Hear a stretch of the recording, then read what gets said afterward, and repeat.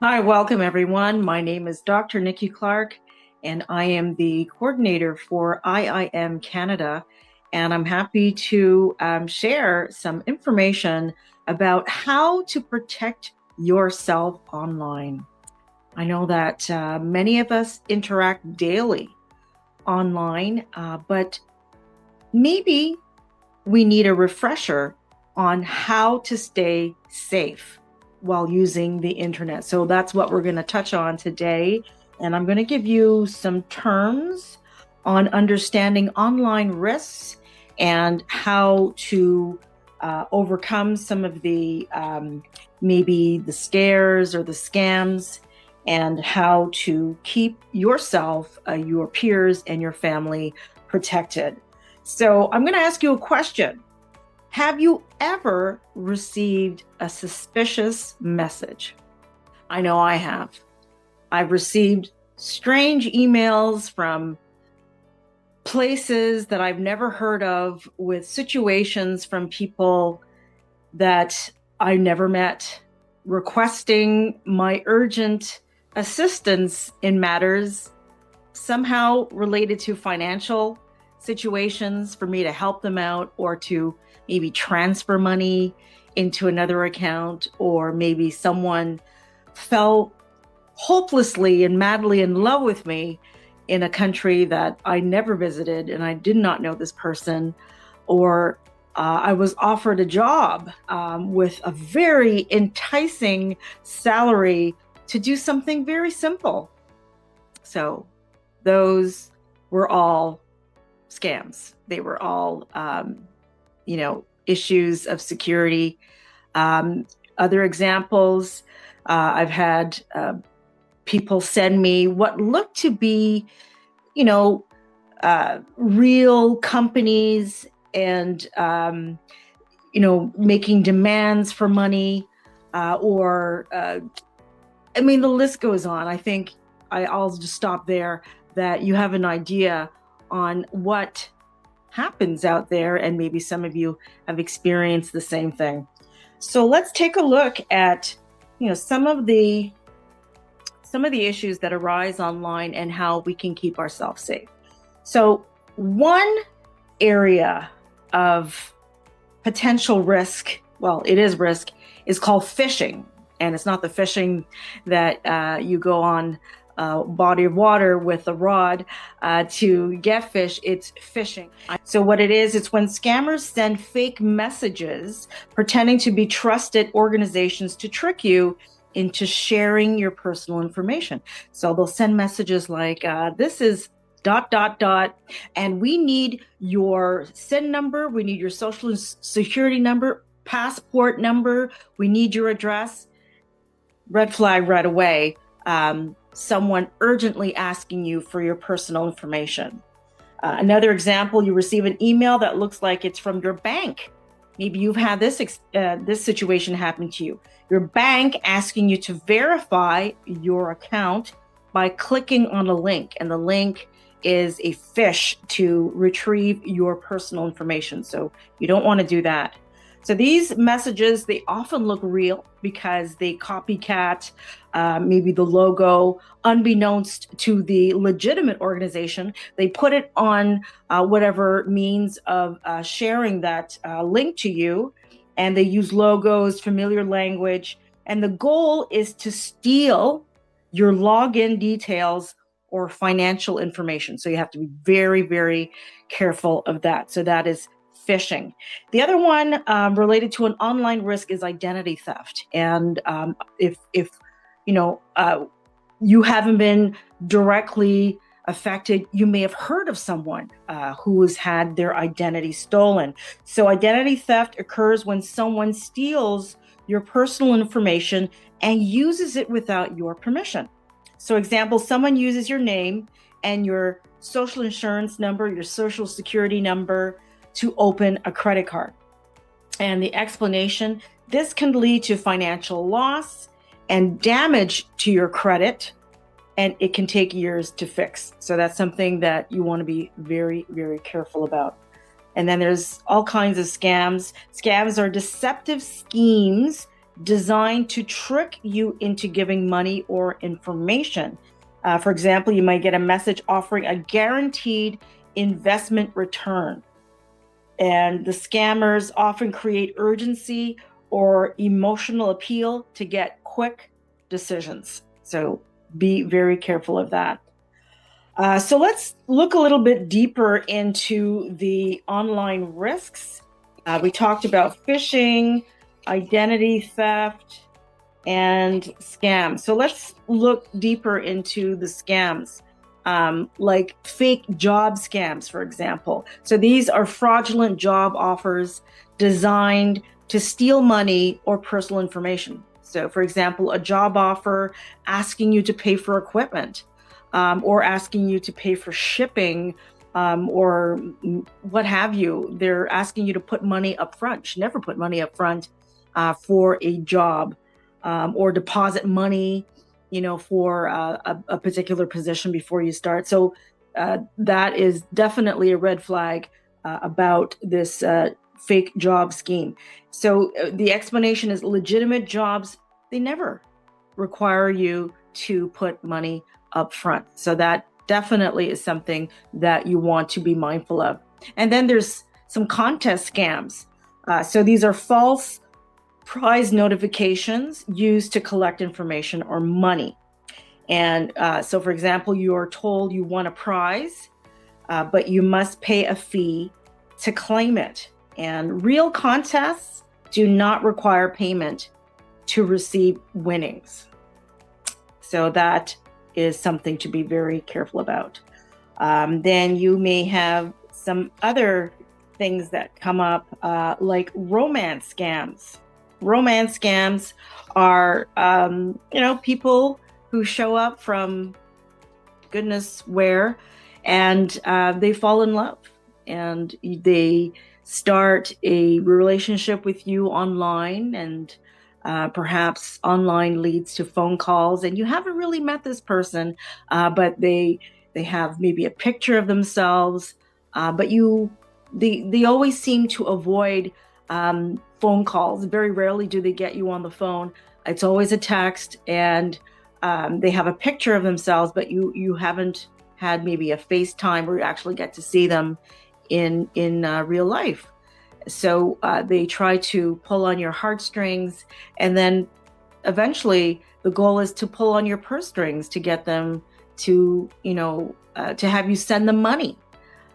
Whatever issue they have, they've been able to get to your vulnerability, and so on and so forth. So the romance scams do happen, and the environment for them to thrive usually is in the online environment. So you have to be mindful of that as well. So there are ways that you can protect yourself. There's something called the two-factor authentication when it comes to verifying your information.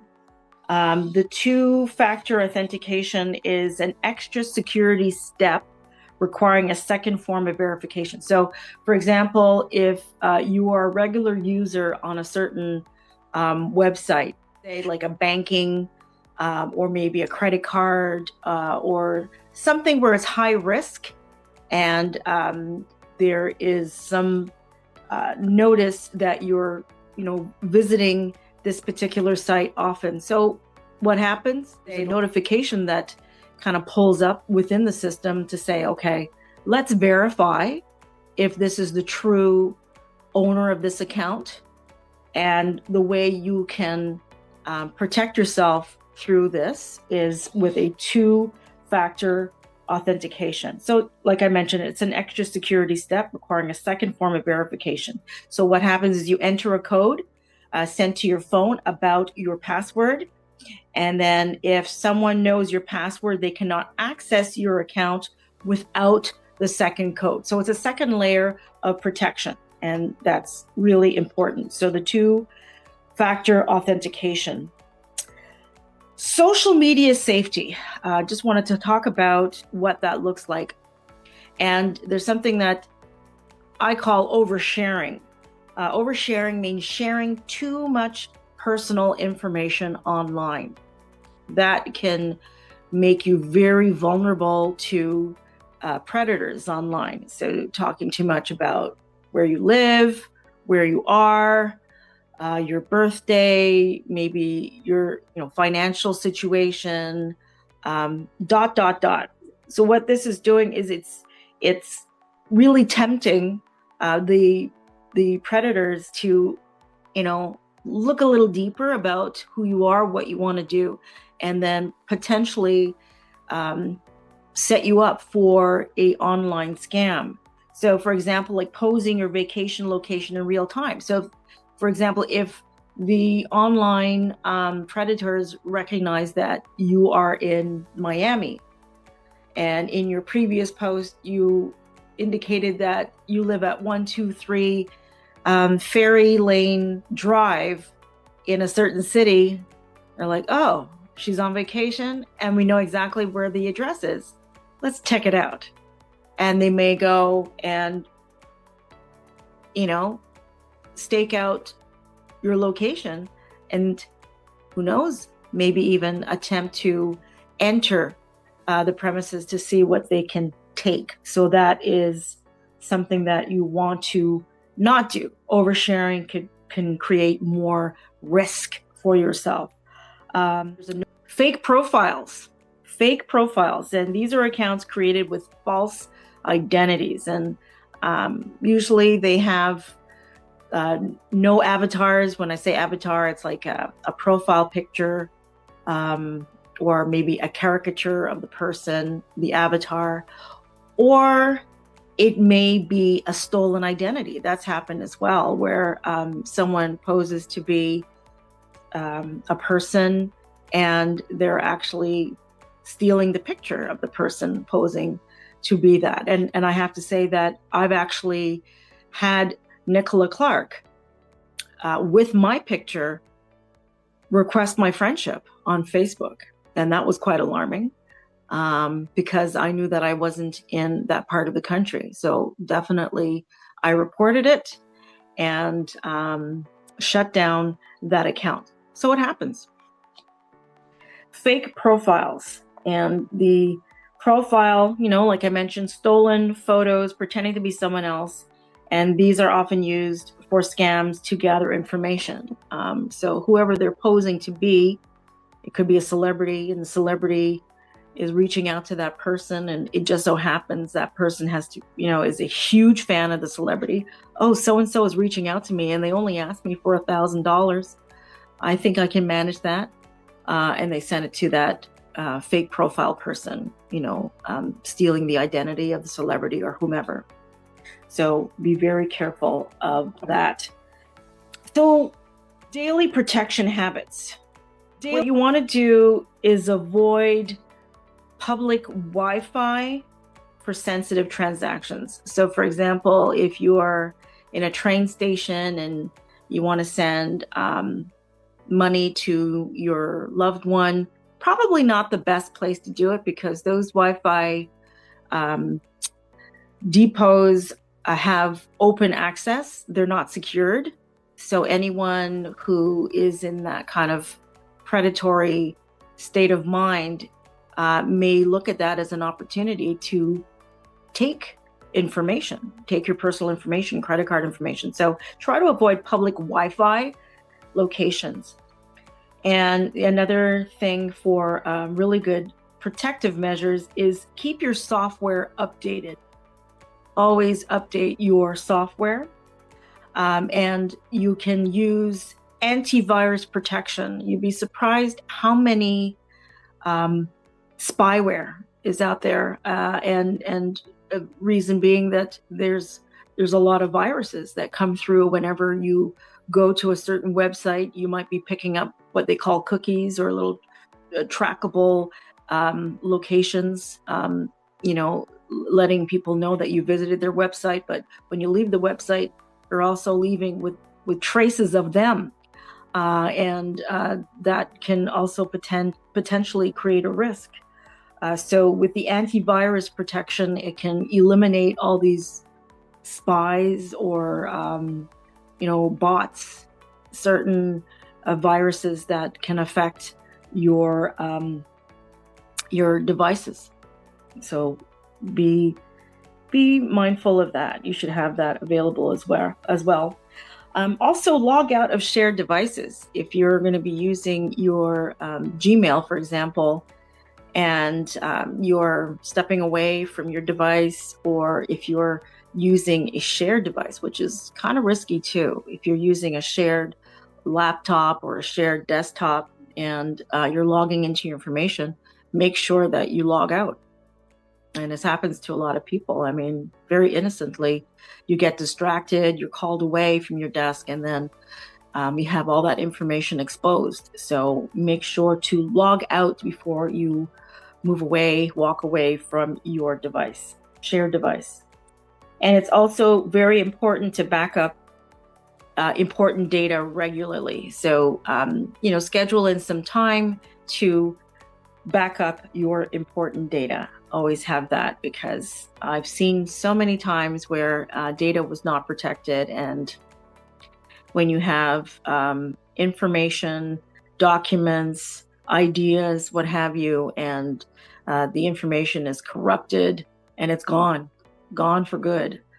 So the only way to protect that from, any kind of loss is to make sure that it's backed up on a regular basis. Also, protecting your family.